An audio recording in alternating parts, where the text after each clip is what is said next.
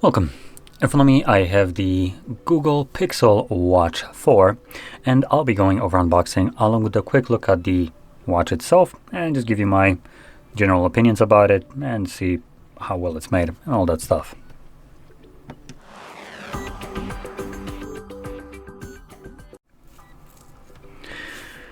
Okay, now before I get into unboxing, I do want to right away throw shade on the garbage-ass company called Media Expert, which is a Polish store, similar to something like a Best Buy, but because these dipshits decided to send the product actually opened.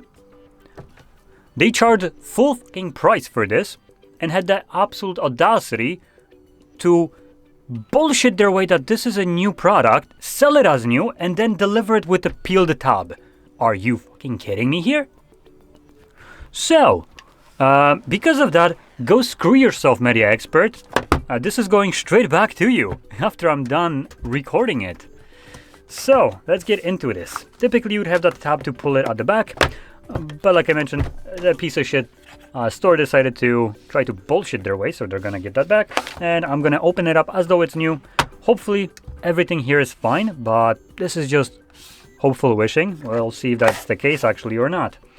Now the box is divided into two sections, and pulling both of them out we get this.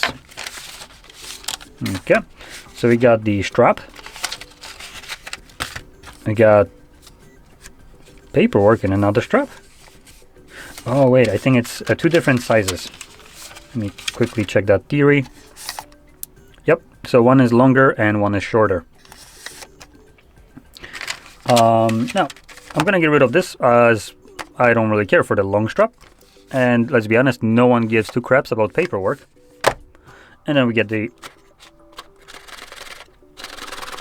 Hello, can you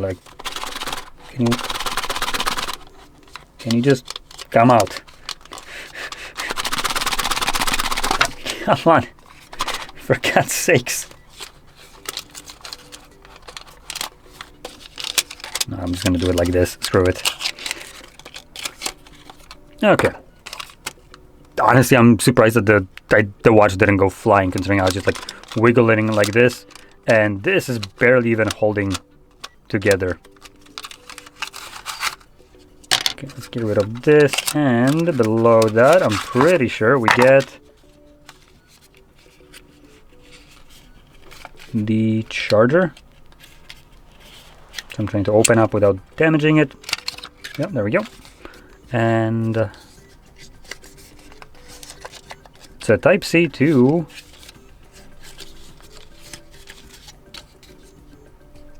okay, just holds on glue. There we go.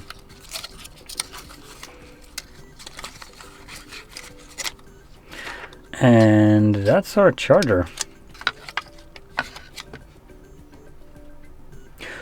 Oh, that's kind of neat. So basically, it attaches like this. So if you have this by your bedside, that's actually pretty cool because you can just slap it in here like so and have the time visible, which I presume will adjust based on if it's charging or not to display time sideways, which honestly pretty damn cool. Now let's take out both of these.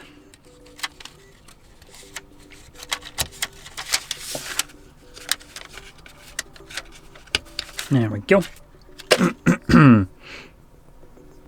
Now these have proprietary attachments, which not the biggest fan of proprietary belt straps. And definitely not a fan of me just being confused on how the hell do I clip it in. Do I need to like...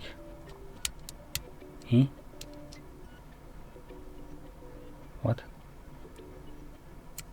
So just... Does it slide in or something?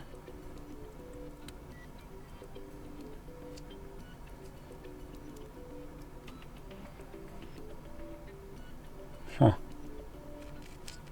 Not sure if this is supposed to be done like this. Let's try. Nope, that seems to be just wedging itself. Come on. Shouldn't be this big of a boomer to attach a freaking...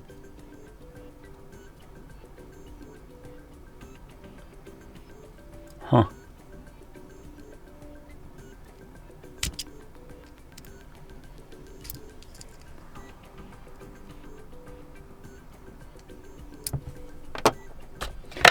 what, maybe I do need that instruction.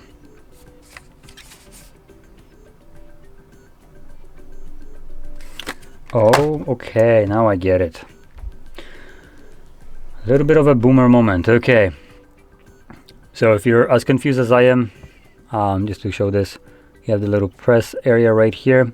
So you want to align the metal one with that area right here, I believe, right? Like so. Come on.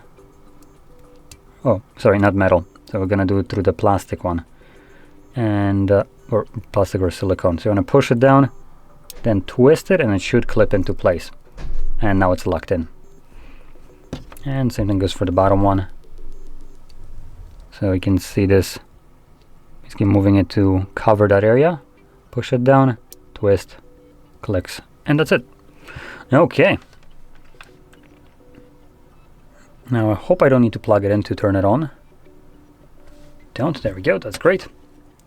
So the version I have right here is the 41mm, but there's also a 45mm version of this watch, which will have just subtle differences, and I presume only battery, but I haven't checked it, to be fair. So that's usually what the only difference is between the sizes, the battery, and which would subsequently also mean that the watches have different battery life. Now, quickly checking GSM Arena for this information, it doesn't really say how long the device will last on the single charge, but it tells me that if you want to charge it, both devices will charge to 50% in 15 minutes, and when it comes down to 80%, it looks like the smaller version, this one, will charge a little bit faster in 25 minutes to 80%, opposed to the 50% that the bigger 45mm model would. And same thing goes for 100%. The big one will take about an hour, while the small one will take 45 minutes. So obviously that would imply that this device has a smaller battery, but they charge at the same speeds. But because of the bigger capacity, it will start to diverge a little bit later on in terms of how fast it can charge it. Now, unfortunately, this is a smartwatch that isn't smart enough to be used without a freaking phone. So, not really smart, I would say, but whatever. But it's still a pretty damn nice watch, I would say. It's very responsive. It has a definitely like visibly and feelably curved display all around, so you can see how this has this kind of arch to it almost. So it's a very smooth surface right here all throughout, considering the glass is basically curved all the way up to here, the bezel, all throughout. So that is a very curved display, I would say. And if we take a look at specifications, if I could get the actual info for the smaller one, that would be freaking fantastic. Let's quickly check if I can get info about the battery size here, but probably not.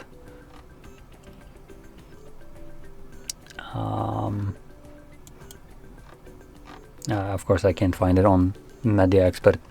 GSM Arena only lists the info for the big one. So you know what? I'm gonna try to do a quick search just so I can to find that info. So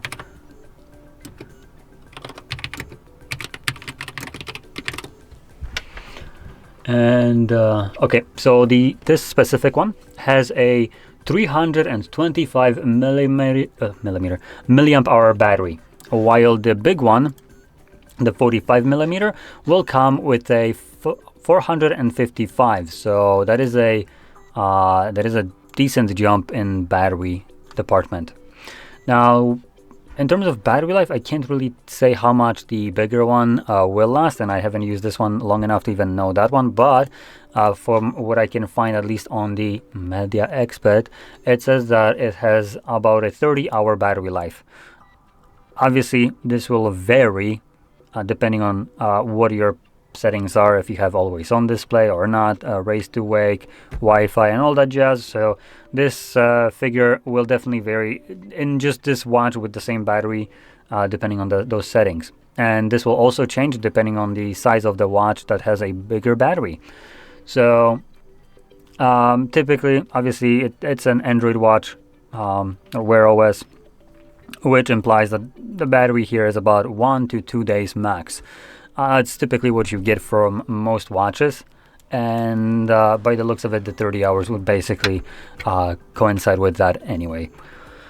So no matter which one you have, the bigger or smaller, you probably will be charging them every day.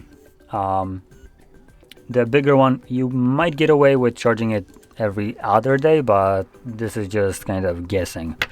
Anyway, moving on to the display right here. Even though I can't really show you the bezels because it's a AMOLED display, it boasts a 3000 nits of peak brightness and 456 by 456 pixel resolution, covered with Corner Gorilla Glass 5. Unfortunately, no sapphire glass, so this might get scratched a little bit easier. For instance, something like the Samsung Galaxy Watch, what is it, 6? So this one that I have right here, that has a sapphire glass, and I can tell you, this glass, freaking amazing. I have scratched this, or basically grazed this display over things like concrete walls and things that this watch doesn't have business not getting scratched from, and yeah, it's still not scratched. The frame itself got a little bit scuffed right here. You can see some little metal showing through it, but the display, pristine. And I'm not like being, trying to scratch it or anything like that, but I'm also not being super careful about it, so it's freaking fantastic. Now, when it comes down to Corner Gorilla Glass 5, it's probably not going to be as durable as sapphire glass. It still should be at a peak of like durability, but I want to make this clear. This device, because of how it's designed, with the display having curve glass and all that stuff, this will most certainly get scratched easier than something like, for instance, this watch right here, because it doesn't have a curved glass. It's a completely flat one. So as long as something doesn't directly contact with the device, it won't get scratched. If it's at an angle, obviously it doesn't affect the glass. Here, no matter how you basically graze over something, it's always going to be the glass that is getting scratched on something, because it's basically completely like the front of the watch, including partially the frame, is glass. So that will probably impact the longevity, the how well it looks like, considering how pristine without scratches. So might be something that you could right away start off by applying some kind of screen protector, if there is one that just kind of like goes over this like a POC. Other than that, maybe just try to be very careful about it.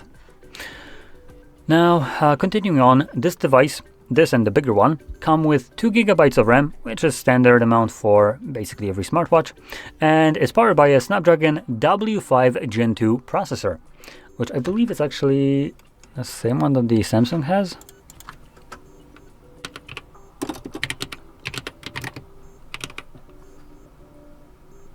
Let's quickly check. Oh no, sorry, Galaxy Watch has a completely different processor. Okay, so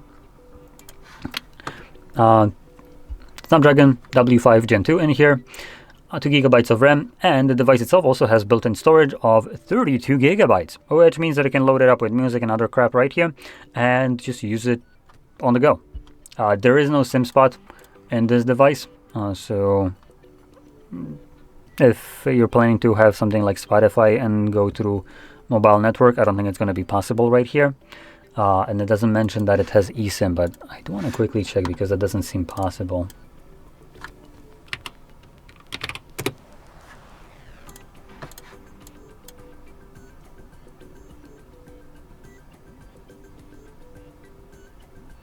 Yeah, it does support it. So there are versions of this watch which do support eSIM. Happens not to be this one, considering it doesn't have an IMEI, which means it doesn't support eSIM. But there are versions of it that would support eSIM from a quick Google search.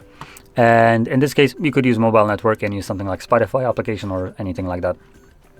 But if you want to have it locally, don't need to mess around with internet and eSIM and all that jazz, then you can just load it up onto the 32 GB of provided memory, which is pretty decent storage for something that, supposed to be on the go. Obviously it has Bluetooth, so you can connect your earbuds, and that's also how you connect it to your phone. And anything else that I didn't mention? I think that's about everything that is important. Now, I do want to mention one thing that people might find interesting. From what I've seen, I do want to point out there won't be any link, and I probably won't be able to find this right now, but I'm pretty sure if you were to do a quick search, you'd be able to find it. But I did come across the reliability of a sensor kind of sheet, which would basically rate most smartwatches based on how accurately they track everything that they're supposed to be tracking, like your, for instance, heart rates, running exercises, steps, and all that stuff, right? And something that I do want to point out is that Galaxy wasn't at the top of it, or the Pixel wasn't at the top of it. And surprisingly enough, one of the devices that was at almost with every generation at the top of the metrics in terms of how accurately it tracks to a professional device that is designed to track that specific thing, it was primarily Huawei devices. Huawei, for some reason, has gotten dialed in freaking perfectly to track everything. Something that I can say is something like my watch doesn't really do that well, and between like something like the Apple Watch and Samsung and the Pixel, there's always just some differences in steps or in how far you ran and all that stuff. So if you're looking for reliable information, like very accurate one, smartwatches in general won't really give you that. They'll give you a rough estimate, but that estimate will vary between, for instance, brands, and yeah. So something that you should know if you're looking for a watch like this for fitness purposes. So that basically sums up the device. Again, throwing shade, screw you, Media Expert, for selling a used device as a new one at a completely MSRP price, while, like, what is it, half a year after release, or maybe even more, and not new.